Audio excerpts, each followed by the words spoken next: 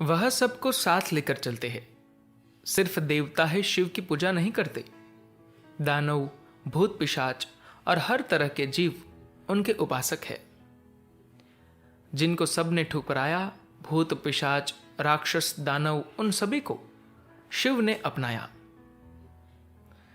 जब उनका विवाह हुआ तो कहा जाता है कि हर वह प्राणी जो किसी शरीर में था या जो किसी शरीर में नहीं था, हर कोई उनकी शादी में शामिल हुआ। सभी देवता और दिव्य प्राणी, सभी असुर, राक्षस, सूक्ष्म जीव, दानव और भूत पिशाच सब उनकी शादी में आए।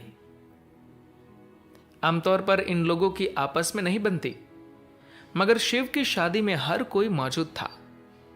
वह पशुपति यानी पशुओं के स्वामी है, इसलिए सभी पशु भी आए। सांप भी यह मौका नहीं छोड़ सकते थे, इसलिए वे भी शिव की शादी में आए। पक्षी और कीड़े मकोड़े भी इस अवसर को नहीं गंवाना चाहते थे, इसलिए वे भी मेहमान बनकर आए। हर जीव इस विवाह में शामिल हुआ। इसका मतलब यह है कि जब हम शिव की बात करते हैं तो हम किसी सभ्य सुशील इंसान की बात नहीं करते, बल्कि एक ऐसी आदिम शख्सियत की बात करते हैं जो जीवन के साथ एकाकार है, जीवन का ही एक रूप है। वह पूर्ण चेतन और पूरी तरह आडंबरहीन है। कोई चीज दोबारा नहीं करती, सहज, प्रयोगशील और निरंतर रचनात्मक है। वह अपने आप में जीवन ही है। आमतौर पर शिव परम पुरुषत्व के प्रतीक है, मगर उनके अर्धनारीश्वर रूप में उनका आधा हिस्सा एक पूर्ण विकसित स्त्री का होता है। मैं आपको इसकी कहानी सुनाता हूं। शिव परमानंद की अवस्था में थे। इस वजह से पार्वती उनकी ओर आकृष्ट हुई। पार्वती ने उन्हें लुभाने के लिए बहुत कुछ किया और हर तरह के प्रयास किए। फिर उनकी शादी हो गई। शादी के बाद स्वाभाविक रूप से शिव अपना अनुभव उनके साथ बांटना चाहते थे। पार्वती बोली, आप अपने भीतर जिस अवस्था में है, मैं उसका अनुभव करना चाहती हूं। इसके लिए मुझे क्या करना चाहिए, आप मुझे बताइए। मैं किसी भी तरह का तप करने के लिए तैयार हूं। शिव मुस्कुराते हुए बोले, तुम्हें कोई भी कठोर तप करने की जरूरत नहीं है। तुम बस आकर मेरी गोद में बैठ जाओ। पार्वती आकर बिना किसी प्रतिरोध के उनकी बाईं तरफ की गोद में बैठ गई। चूंकि वह बहुत इच्छुक थी और उन्होंने खुद को पूरी तरह शिव के हाथों में सौंप दिया था, इसलिए शिव ने उन्हें अपने अंदर खींच लिया और वह उनका आधा हिस्सा बन गई। आपको समझना होगा कि पार्वती को अपने शरीर के अंदर स्थान देने के लिए उन्हें अपना आधा हिस्सा छोड़ने की जरूरत थी। इसलिए उन्होंने अपना आधा हिस्सा त्याग कर पार्वती को अपने अंदर समा लिया। अर्धनारीश्वर की कहानी यही है। इसका मतलब मूल रूप से यह है कि आपके भीतर पुरुष और स्त्री गुण बराबर मात्रा में होते हैं। जब शिव ने पार्वती को अपने अंदर शामिल कर लिया तो वह आनंदित हो गई।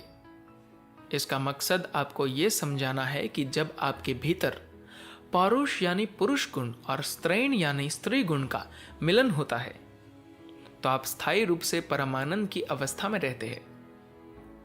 अगर आप बाहरी तौर पर ऐसा करने की कोशिश करते हैं तो वह स्थायी नहीं होता और उसके साथ आने वाले मुसीबतों से जीवन में कभी पीछा नहीं छूटता।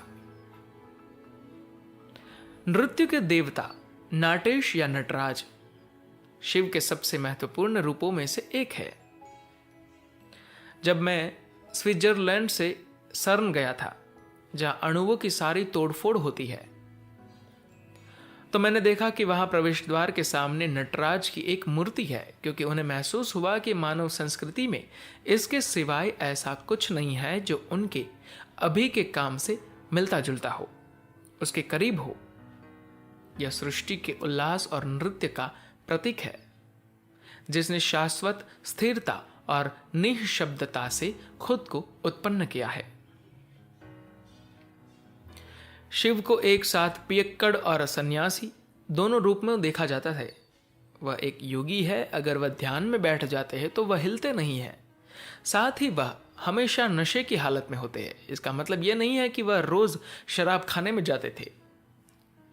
योग के विज्ञान में यह संभावना होती है कि आप शांत रहते हुए भी हर समय आनंद की चरम अवस्था में रह सकते हैं।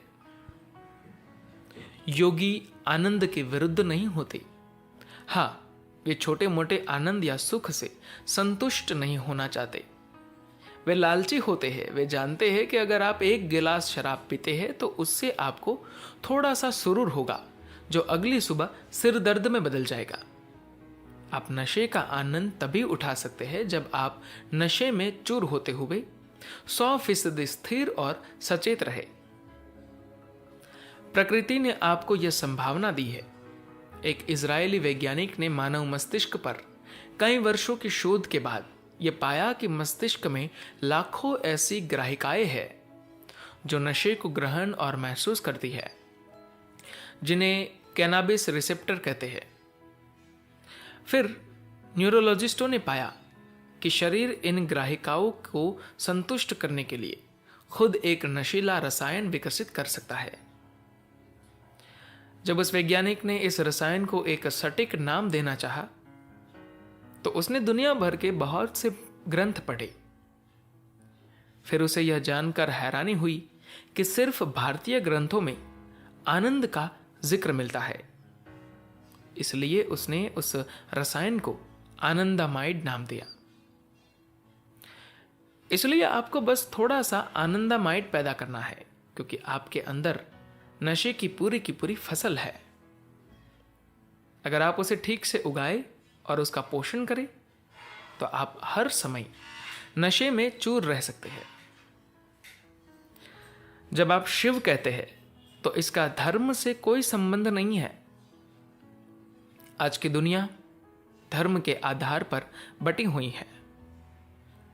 इसके कारण आप जो कुछ भी बोलते हैं उसे धर्म से जोड़ा जाता है, मगर यह धर्म नहीं, आंतरिक विकास का विज्ञान है। इसका मतलब परे जाना और मुक्ति पाना है, चाहे आप कोई भी हो।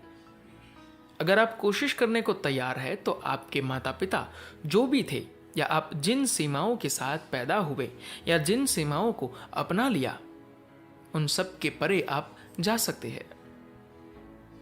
भौतिक प्रकृति के नियमों को तोड़ना ही तो आध्यात्मिक प्रक्रिया है। इस अर्थ में हम सभी नियमों को तोड़ने वाले लोग हैं, और शिव नियमों को तोड़ने में सर्वश्रेष्ठ है। वे परम विध्वंसक है। आप शिव की पूजा नहीं कर सकते, पर भौतिक नियमों को तोड़कर उस असीम स्वरूप को जान सकते हैं जो शिव है। महाशिवरात्रि आपके लिए बस जागरण की रात बनकर न रह जाए, बल्कि इसे अपने लिए गहन जीवंतता और जागरूकता की रात बनने दे। मेरी कामना और आशीर्वाद है कि आप इस अद्भुत उपहार का लाभ उठाएं जो प्रकृति इस दिन हमें प्रदान करती है। मैं आशा करता हूं कि आप सभी इस लहर पर सवार हो पाए और शिव शब्द की सुंदरता और आनंद को जान पाए। धन्यवाद।